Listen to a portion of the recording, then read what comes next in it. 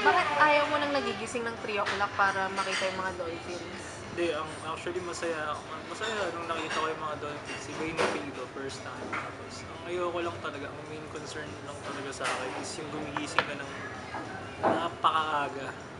Sobra, alas 3, alas 2. Kutya, tapos bigla kang aalis, sasakay ka ng kotse nang hindi ka pa tumatahid.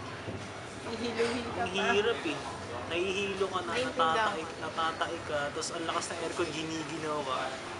Lahat na ng pakiramdam na hindi maganda. Ano eh, nandun eh. So, ang hirap eh. Masaya ka na, ano eh, na masaya ka pero may na-anticipate kang foreign object na lalabas. So, Or Kaya is it ang really payo ko foreign? sa'yo, pagka nagising ka ng umaga, just do it. sabi nga sa t-shirt na to, Pilitin mo yung Just tae do mo na it. lumabas. pero ang hirap eh. I can't do it. It's just Fucking hard.